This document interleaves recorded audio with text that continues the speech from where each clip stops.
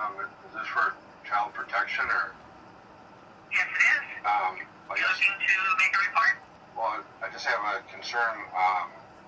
See, my daughter, she just turned 18 in May, but the past 17 or so years, she's been living under the same roof as a sex offender, and I've never been notified or contacted. We have joint legal, but not joint physical custody, and it'd be her stepdad now. I mean, because they've been married for the past 15 years or so, but he's still on probation. The guy's been on probation. He got a 25-year sentence of probation, and we're both in the same county that he is on probation. I'm in all that even. I mean, I don't understand why this whole time no one ever contacted me, notified me, or made me aware of this at all.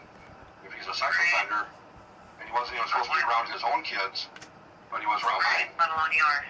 Exactly. Okay, let me transfer you to intake and see if they can figure it out. Does the daughter, you said daughter, right? That's my daughter, right? And she's now 18. Does she live in Dakota County? Yes.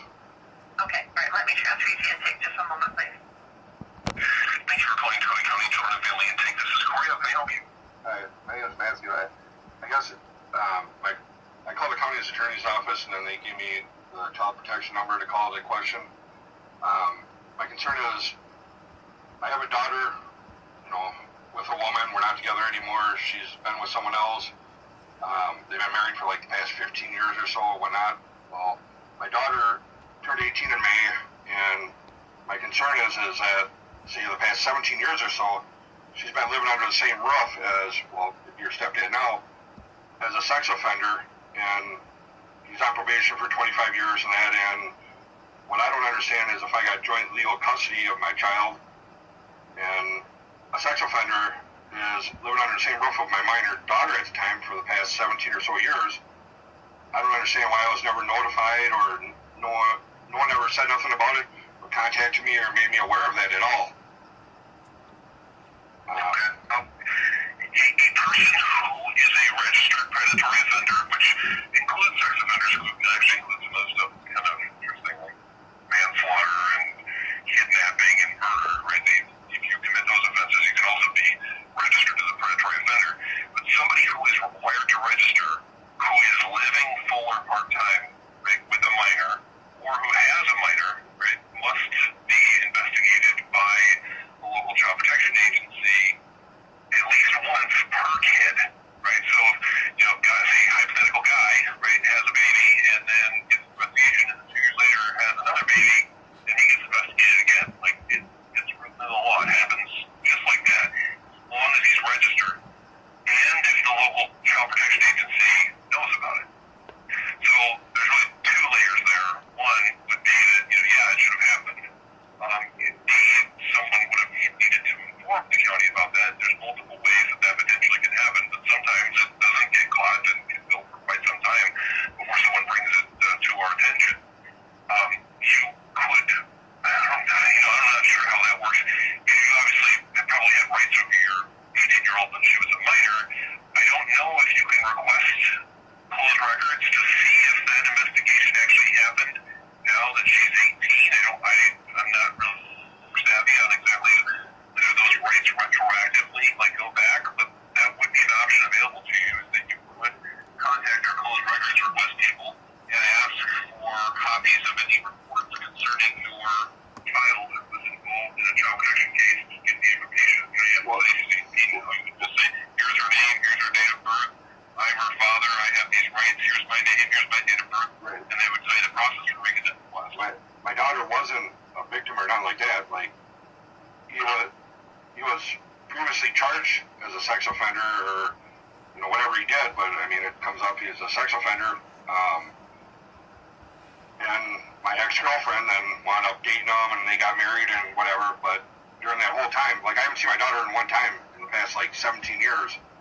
And now my daughter just turned 18, and it's still a fiasco. But I don't understand if he's on probation and the probation officer's like, oh, you got a minor child living under the roof. Well, it's not your kid. Whose kid is it? And then why wouldn't they reach out and say something or contact me to make me aware of it? Right. They wouldn't have any obligation to contact you.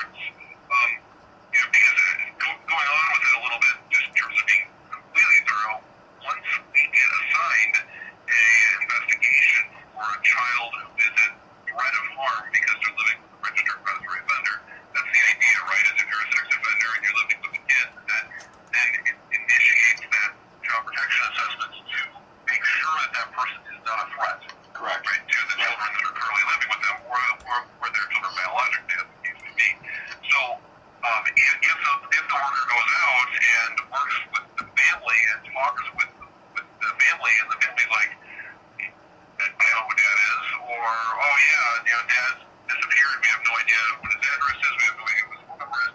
Then they might not. This is all hypothetical. Right. Yeah, right. If even an investigation, but at that point, if they don't know where you are, or the family won't tell them who you are, right? Then they can send you a letter, right, to notify you if they don't know where you are. Or who you are. Well, I mean, all my stuff's on record, though. Mine's all on record anyways with my child and that from going through court, but when I got a copy of his divorce decree on that, and that's when his divorce decree, like, it's in his that he's not even supposed to be around his own children unless they were supervised, you know what I mean? So it's like in his own divorce decree, like, if he wasn't even supposed to be around his own kids unless they're supervised, how was he able to live under the roof of my own child that I haven't even seen it? Like, I've been going through the court system and live under the same roof as my own child when he ain't even supposed to be around his own, and like, not kind of not be notified, you know what I mean? I totally hear you. Your concerns and questions are completely legitimate. The only way to proceed to see what you can get now in terms of what the child protection agency here was notified of. I assume they lived here at the time? Dakota County, correct? Somewhere in Dakota County? Yep, the whole time. What city? They live in Burnsville now, but I believe they were living in South St. Paul. Yeah, you're right. Either way, that's Dakota. Right. So if you want the number for a records request, you can contact them. Okay? Do you have a pen and paper handy, or you want to put it in your phone? No, go ahead. What is it? All right, the first name is Tarina, Tarina,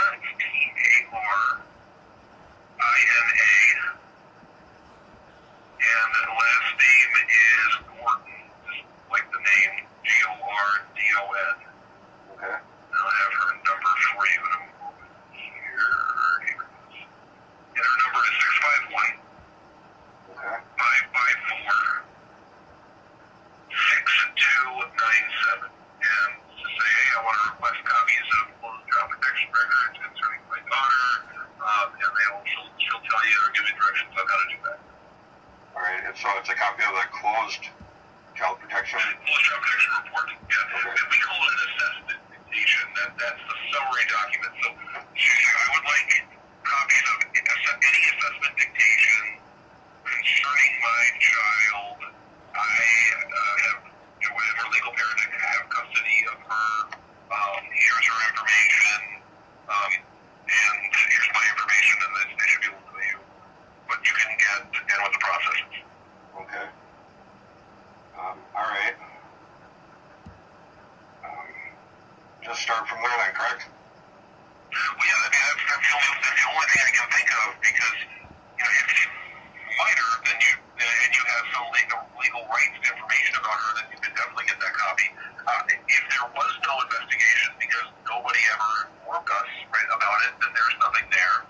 There won't be anything there. Now, that's unusual, but it does happen. I've been doing this work over 22 years. At the end of the month, I've seen just about anything any human could imagine, and mostly would never want to imagine. Right. So it's always possible weird stuff happens, right? But that would be unusual. So likely, if what you're saying is exactly true, right? That he's a registered birth right offender, and he's a minor living with him, an information officer working with him, and the information officer knew who he lived with, right? Then they would be in danger of and have liability themselves, right? Now reporting that. It's a legal responsibility for them to report, because probation officers who work with sex offenders all know, right, that represents a potential risk, right? And the only way that they can offload that liability risk to themselves, their agency, is by making a mandated report.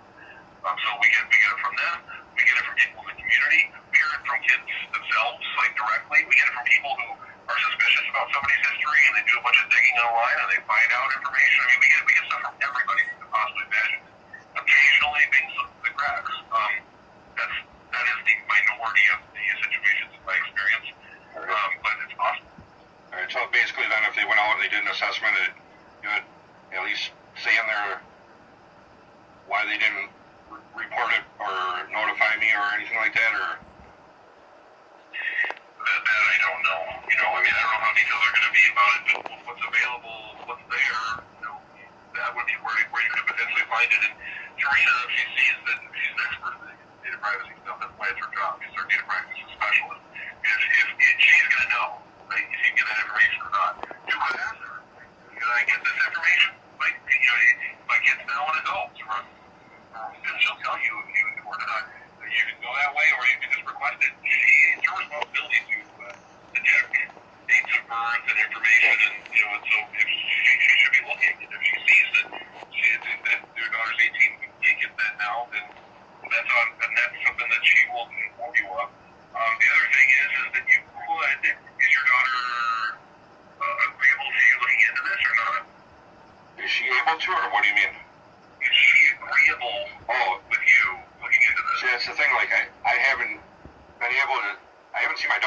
one time since she was like 1 year old. And, like, I went through the court and filed papers, and I filed papers so much they told me I couldn't file papers anymore until I write a letter to the judge and ask permission.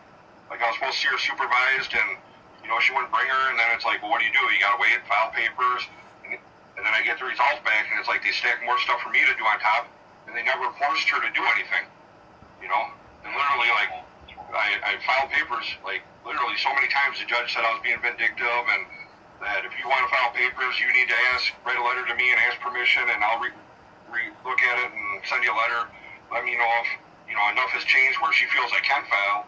Yeah, they literally, like, put a stop to me filing papers on it. Like, I don't have nothing on my record that would hinder me from seeing my kid. I have nothing funny on my record or threat or any issue at all whatsoever of seeing my kid, The whole thing of going through it all is, like, she wanted money, and it's like, you're not going to see her unless you pay me. So, I mean, stuff's different now compared to it was, like 20 years ago. You know what I mean?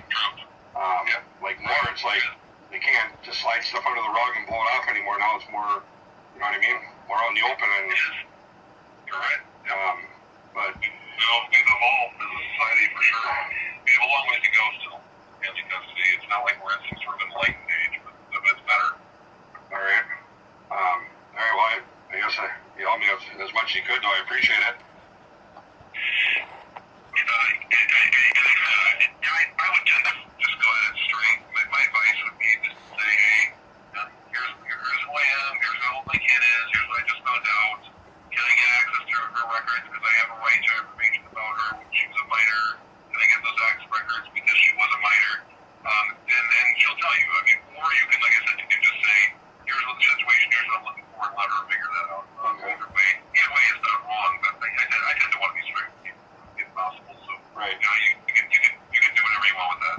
I understand. All right. Thank you. I appreciate it. Good luck and all the best for your family. All right. Thank you. Goodbye. All right, take care, sir. I also had the recording calling or emailing back and forth with Trina Gordon on trying to get a copy of that assessment, yada yada yada.